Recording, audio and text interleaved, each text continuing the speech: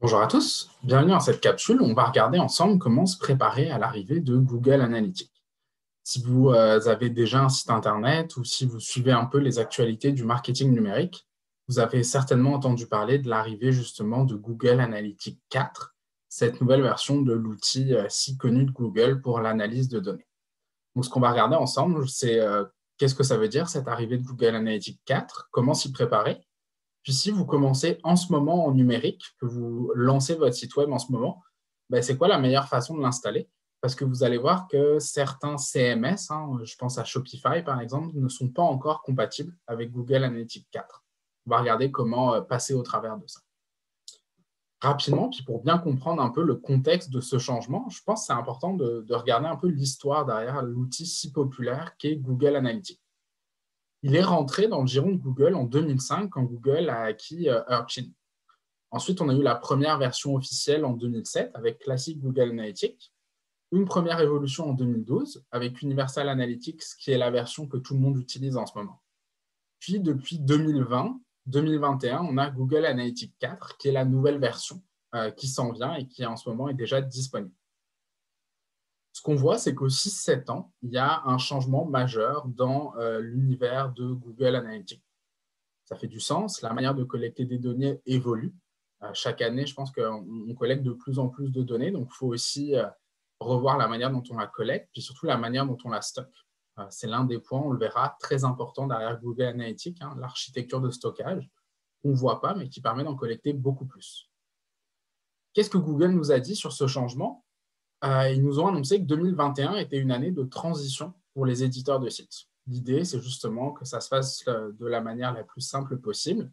Puis 2021 serait une année où on pourrait se faire à Google Analytics 4 et se préparer pour 2022, qui serait l'année officielle où ça deviendra la version principale. Donc, à garder en tête. Donc, 2022, c'est vraiment là où on va enlever l'ancienne version puis passer sur seulement la Google Analytics 4. Le problème avec l'année de transition, c'est que Google Analytics 4 est encore en bêta aussi. C'est-à-dire que toutes les fonctionnalités ne sont pas encore disponibles. Il y en a certaines qui arrivent, même en ce moment encore, qui sont développées. Et tout l'écosystème numérique ne s'est pas encore adapté. On va le voir après, par exemple, Shopify n'est pas encore compatible Google Analytics 4. Ils sont encore sur les anciennes versions. Donc, ça à garder en tête dans un contexte d'entrepreneur où on débute en numérique. La façon simple de l'installer serait encore plutôt sur l'ancienne version. Quelle est la logique derrière Google Analytics 4? Plusieurs grands changements, mais essentiellement, c'est de favoriser la collecte des données et harmoniser les données entre les applications mobiles et les sites web. Pour bien comprendre les changements, vous avez ici un peu la liste des principaux changements en lien avec Google Analytics 4. Je voulais juste attirer votre attention sur trois qui me semblent plus importants et qui vont plus nous toucher. Premièrement, c'est tout ce qui touche aux événements. C'est-à-dire que quand vous étiez, puis là c'est un peu technique, mais c'est toujours important de comprendre un peu comment marche l'outil. Quand vous étiez dans Google Universal Analytics, vous aviez des pages vues. Vous regardez souvent, la page contact a été vue tant de fois. Une page vue était un type d'événement. Quand on arrive dans Google Analytics 4, la page vue ne sera pas collectée directement comme une page vue, mais comme un événement. C'est-à-dire que tout sera un événement. On va regarder après ce que ça veut dire. Tout est un événement, mais ça sera à nous d'aller lui donner du sens. Deuxième chose qui va changer, le stockage des données va être limité dans le temps. Là, on pouvait aller jusqu'à 50 mois et plus dans l'ancienne version. La nouvelle version va être sur 14 mois et même 2 mois si on est sur des données sociodémographiques ou des données personnelles d'utilisateurs. Je pense à l'âge ou au sexe, par exemple. Après 14 mois, ça ne veut pas dire qu'on n'aura plus de données, mais on aura accès à des données agrégées à très haut niveau. Donc, ça à garder en tête à ce niveau-là. Peut-être faire des extractions. D'ailleurs, Google Analytics 4 nous pousse beaucoup à utiliser les outils d'analyse de données comme BigQuery, par exemple, pour extraire ces données. Donc, ce qu'on ressent là, c'est que Google Analytics 4 va devenir de plus en plus un outil de collecte de données, d'analyse à court terme, mais pour tout ce qui est l'historique des données, ça sera ailleurs. À garder en tête, puis il faut voir après, il y a à prendre et à laisser en fonction de ce qu'on a besoin aussi. Puis, finalement, le dernier point, c'est au niveau de la collecte de données. Si vous vous souvenez ou vous connaissez bien Google Analytics, vous savez que dans sa version actuelle, il fait beaucoup d'échantillonnage. Ça veut dire quoi? Ça veut dire qu'il va faire une moyenne, il va afficher les résultats sur 60-70% des données. pour justement limiter les requêtes au serveur en arrière. Avec la nouvelle version, on aura beaucoup moins d'échantillonnage et accès à beaucoup plus d'analyses détaillées. Donc ça, c'est un peu les grands changements. Je vous le disais, dans le changement principal, l'un des changements principaux, c'était le monde d'événements. Le monde d'événements, ça veut dire quoi? Ça veut dire qu'avant, si on regarde dans l'ancienne version en haut, une page vue était collectée. Puis après, vous alliez peut-être collecter, je ne sais pas, un événement custom, comme par exemple un ajout au panier ou une commande, puis une autre page vue. Dans la nouvelle version, tout est un événement. C'est-à-dire que vous allez avoir un espèce de grand saut avec rempli d'événements, des pages vues, des scrolls dans la page, des clics, des ajouts au panier. Puis ça sera à nous, dans la configuration, de venir lui donner du sens. De dire, OK, moi, je vais regarder les pages vues, puis pour moi, ça a telle valeur. Donc, ça à garder en tête. Encore une fois, il va y avoir plein de façons automatiques de le faire, mais c'est toujours important de comprendre un peu ce que ça veut dire, ce genre d'outil. Compatibilité avec Google Analytics. Et c'est là que 2021 va devenir un petit peu plus compliqué, là, qu'on avance un peu à tâtons.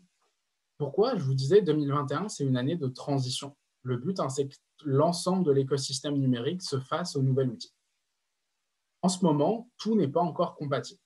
Attention, petit disclaimer, quand je parle de compatible, je parle des intégrations simples. C'est-à-dire, par exemple, si vous avez Shopify ou Wix, vous allez dans votre interface administrateur, puis vous collez le petit code de Google. Ça, c'est l'intégration simple qui se fait en quelques clics. Vous avez toujours la possibilité de l'intégrer de manière plus complexe avec Google Tag Manager. Ça, tout est compatible dès maintenant. Par contre, ça prend que vous ayez des compétences avancées en numérique ou au besoin que vous ayez dans vos équipes ou vos partenaires un professionnel pour vous aider. Si on regarde en date d'aujourd'hui, Shopify, par exemple, n'est pas compatible encore sur la nouvelle version. Ils sont encore sur la version Universal Analytics. Wix, la même chose. Squarespace, dépendant du type de compte que vous avez, vous pourriez utiliser la version Google Analytics 4. Et WordPress, vu qu'on est sur quelque chose de plus custom, vous pouvez faire à peu près ce que vous voulez. À garder en tête, moi je trouve que c'est un bon indicateur. Tant que Shopify et Wix ne sont pas encore compatibles Google Analytics 4 dans leur version de base, si vous n'êtes pas très à l'aise en e-commerce, je me fierai à ça comme indicateur de c'est le moment ou pas de changer. Le jour où Shopify va se décider à passer à Google Analytics 4 et aura mis à jour son écosystème, ça sera quand même un bon indicateur. Donc, à l'école, on va se faire le devoir de suivre un peu comment ça évolue, puis de vous tenir informé. Mais en date d'aujourd'hui, par exemple, si vous êtes sur Shopify, ne vous inquiétez pas, restez sur votre version Google Analytics Universal, l'ancienne version.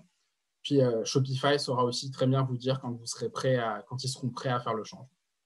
Donc, finalement, quand on regarde, je vous disais année de transition, mais dépendant des CMS, des outils pour créer votre site web que vous utilisez, ce n'est pas nécessairement le bon moment de changer. Moi, ce que je conseille, je reviens toujours à ça, si vous n'êtes vraiment pas très à l'aise avec la technologie, le e-commerce, vous le maîtrisez de base, attendez avant de changer parce que sinon, vous allez vous arracher les cheveux dans un outil qui est en développement et tout n'est pas encore très clair et très bien expliqué. Maintenant arrive la question, on est en 2021, comment est-ce que j'installe Google Analytics en ce moment? On l'a vu juste avant, Shopify n'est pas compatible avec la nouvelle version encore, Wix aussi. Comment est-ce que je fais ça? Parce que vous allez voir, quand on arrive dans Google Analytics, par défaut, maintenant, il crée une propriété, un compte dans la nouvelle version du site. Donc là, par défaut, vous avez un compte Google Analytics 4, mais vous ne pouvez pas l'installer sur Wix ou Shopify. Donc, on va regarder ensemble comment le faire. Si vous êtes rendu là, c'est que vous débutez aussi, puis vous voulez l'installer en ce moment et que vous débutez dans le web. Je trouve ça important de vous rappeler pourquoi est-ce qu'on veut faire l'analyse de données. À l'école, puis n'importe où en marketing numérique, on vous le répétera toujours, l'analyse de données, c'est très, très important en numérique. C'est votre phare parce que c'est ce qui va vous permettre de mieux comprendre le comportement des internautes sur votre site web. Vous allez comprendre sur quelle page ils arrivent, sur quelle page ils partent, quelles sont les pages les plus visitées. Et vous allez aussi pouvoir comprendre, par exemple, quels sont les plus gros pain points dans votre site web pour pouvoir l'améliorer. Vous allez pouvoir améliorer les performances de votre site. On parle ici, par exemple, de taux de conversion. Vous allez pouvoir travailler le pourcentage des gens qui achètent sur votre site pour essayer de l'améliorer grâce à ça. Vous allez pouvoir analyser les tendances de comportement de vos internautes. Exemple super simple, mobile, tablette, ordinateur, vous allez pouvoir suivre combien de pourcentage de vos gens visitent votre site sur mobile. Ça orientera la manière dont vous allez créer vos pages. Et le plus important pour moi, vous allez faire des économies. Dès que vous faites un peu de publicité, vous allez pouvoir rapidement savoir quelles sont les campagnes, quels sont les canaux les plus rentables. Et vous allez ainsi pouvoir couper les canaux qui vous font perdre de l'argent, parce que des fois, vous serez étonné, ce n'est pas ceux que vous pensiez qui sont les plus importants. Et vous allez pouvoir maximiser vos investissements sur les canaux les plus rentables. Donc, analyse de données numériques, hein, c'est un peu un indispensable, un duo indissociable. Et c'est pour votre bien, ça va vous permettre d'aller plus loin. Comment est-ce qu'on fait? Donc, je répète, en 2021, pour installer Google Analytics, ce qu'on va faire, on va créer un compte Google, on va l'installer sur son site web, puis ensuite, on va configurer les objectifs et les événements. Ce que je vous propose, c'est qu'on fasse ensemble une petite démonstration. Je vais prendre l'exemple avec Shopify, que je sais que beaucoup d'entre vous l'utilisent, de comment est-ce qu'en ce moment, en 2021, si vous créez un compte un site sur Shopify, comment est-ce qu'on installe Google Analytics? Donc là, vous voyez, j'ai déjà un compte Google Analytics dans lequel je vais créer une nouvelle propriété, mais vous allez arriver à la même page. Si vous commencez, vous allez arriver sur une page similaire à celle-ci. Donc là, on va vous demander de configurer la propriété. Donc là, on va l'appeler par exemple requête démo. Ici, on va choisir le pays qui nous intéresse. Pour l'heure, Toronto, qui est le fuseau horaire le plus proche de nous. Petite note de devise, très important si on est en e-commerce. Le dollar canadien. Et toute la subtilité de l'installation se trouve maintenant. Ne cliquez pas sur suivant. Surtout, vous allez cliquer sur les options avancées. Pourquoi? Si vous cliquez sur suivant, vous venez de créer une version Google Analytics 4, le nouveau module qui n'est pas compatible avec Shopify. En cliquant sur les options avancées, ici, vous allez pouvoir créer une propriété Universal Analytics et même ici, créer seulement une propriété Universal Analytics. Ça va permettre justement d'avoir un petit code qui en ce moment marche sur Wix et Shopify. Donc là, il nous demande, donc, si on vient, option avancée, créer une propriété Universal Analytics, créer une propriété Universal Analytics uniquement, le point le plus important. Ensuite, on va prendre l'URL de son site web, ici.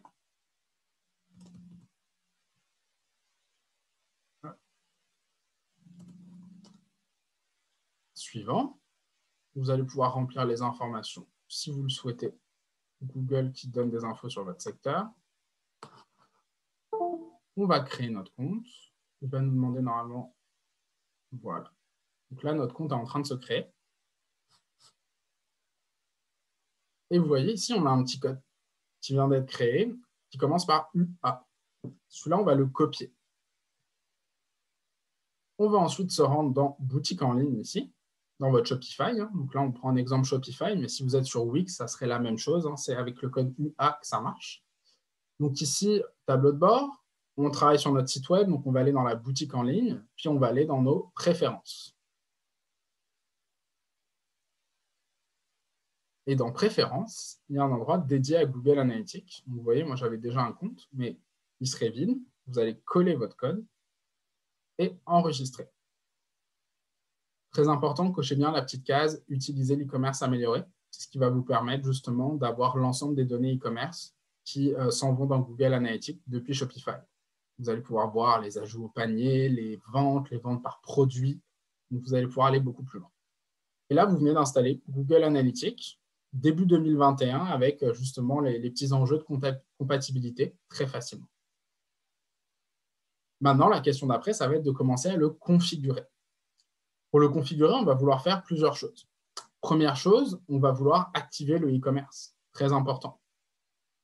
Donc ici, ce qu'on va faire,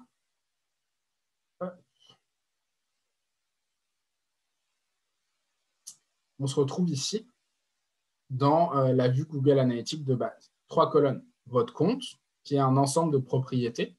Une propriété, c'est un site web. Puis ensuite, on a des vues. Une vue, c'est quoi? Ça correspond à une façon de regarder les données. Vous pourriez voir les vues seulement d'un pays, les données seulement d'une ville. C'est une façon de le voir. Ce que je conseille, puis on va le faire tout de suite, on va se créer une vue qui enlève votre trafic à vous. Parce que vous ne voulez pas analyser vos données où 80% de vos visites sont vos visites de test sur votre site. Donc là, on va créer une nouvelle vue ici. On va appeler External Traffic. Peu importe, mais l'idée, c'est vraiment d'avoir une vue qui est seulement sans vos données. Donc là, on choisit, comme d'habitude, Canada, Toronto. On vient de se créer une vue et on va venir ici filtrer. voyez, hein, dans la liste des options de la vue ici, on va venir filtrer le trafic. Et on va se créer un nouveau filtre. On va appeler MyIP, par exemple, IP exclusion. On va choisir un filtre. Là, le but, c'est d'exclure le trafic provenant des adresses IP qui correspond à. Et là, il faut qu'on trouve notre adresse IP. Très simple.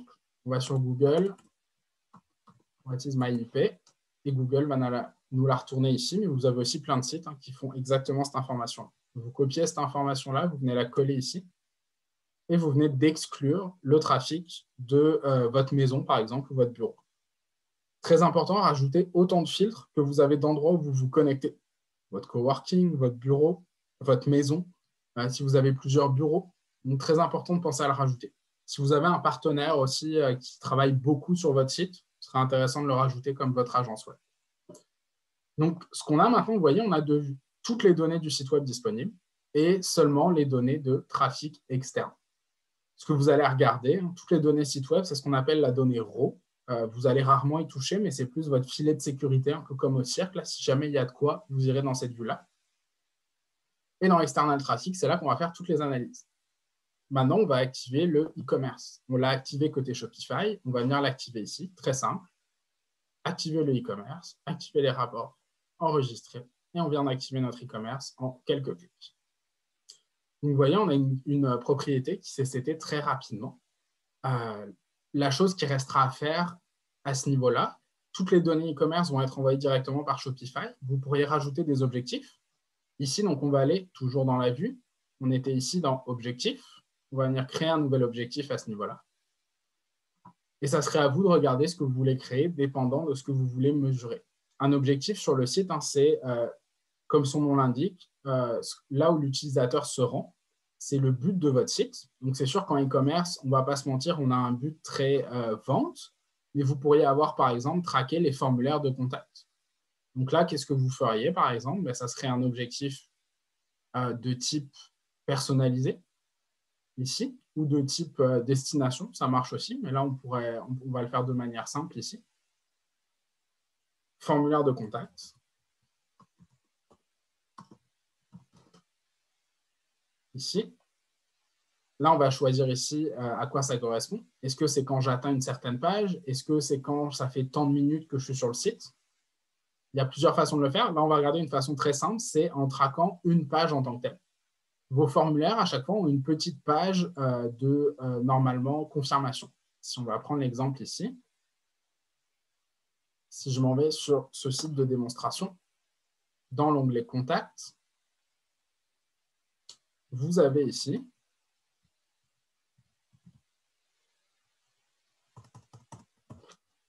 le formulaire. Vous voyez, on a une URL /page/contact. Et quand on envoie, je ne suis pas un robot.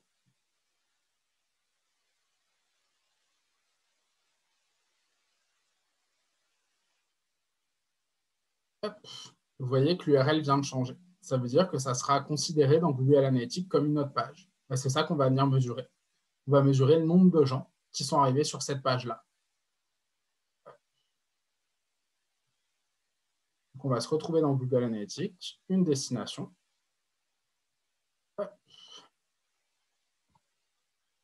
Et voilà. Là, vous pourrez choisir de lui attribuer une valeur. Par exemple, si vous êtes un architecte, vous avez calculé qu'à chaque fois que quelqu'un vous fait une demande d'information, ça équivaut à 10 $. Vous pourriez venir ici mettre 10 $, par exemple. Puis enregistrer. Puis là, vous avez votre objectif de CT. Et après, vous allez pouvoir venir ici dans le menu sur les vues plus classiques de Google Analytics. Donc, vous voyez, si on prend un peu de recul, qu'est-ce qu'on retient? En ce moment, dans Google Analytics, oui, il y a une nouvelle version qui arrive, Google Analytics 4, mais en ce moment, tout l'écosystème n'est pas encore prêt pour ce changement. Donc, si on est plutôt débutant ou pas les rois de la technologie, on va éviter d'aller tout de suite sur Google Analytics 4. Eux-mêmes l'ont dit, c'est une phase en ce moment pour les early adopters, pour les gens les plus matures. Puis, preuve en est, Shopify et Wix ne sont pas encore compatibles via leurs intégrations de base. Donc ça, c'est un bon indicateur de est-ce que c'est le moment de switcher ou pas de version. Et si jamais vous débutez et que vous avez un site Shopify ou Wix, je vous conseille, un peu comme on a vu dans cette vidéo, de créer une propriété sur l'ancienne version qui marche encore et qui va marcher tout 2021, puis certainement 2022, et de faire la transition plus tard. Mais ça va être au moins le moyen de collecter de la donnée. Sinon, vous allez avoir plus de mal dans Google Analytics. Je vous invite à nous suivre sur les réseaux sociaux de l'école pour justement être au courant des dernières nouveautés dans le marketing numérique. Puis au plaisir de vous croiser dans les formations à l'école.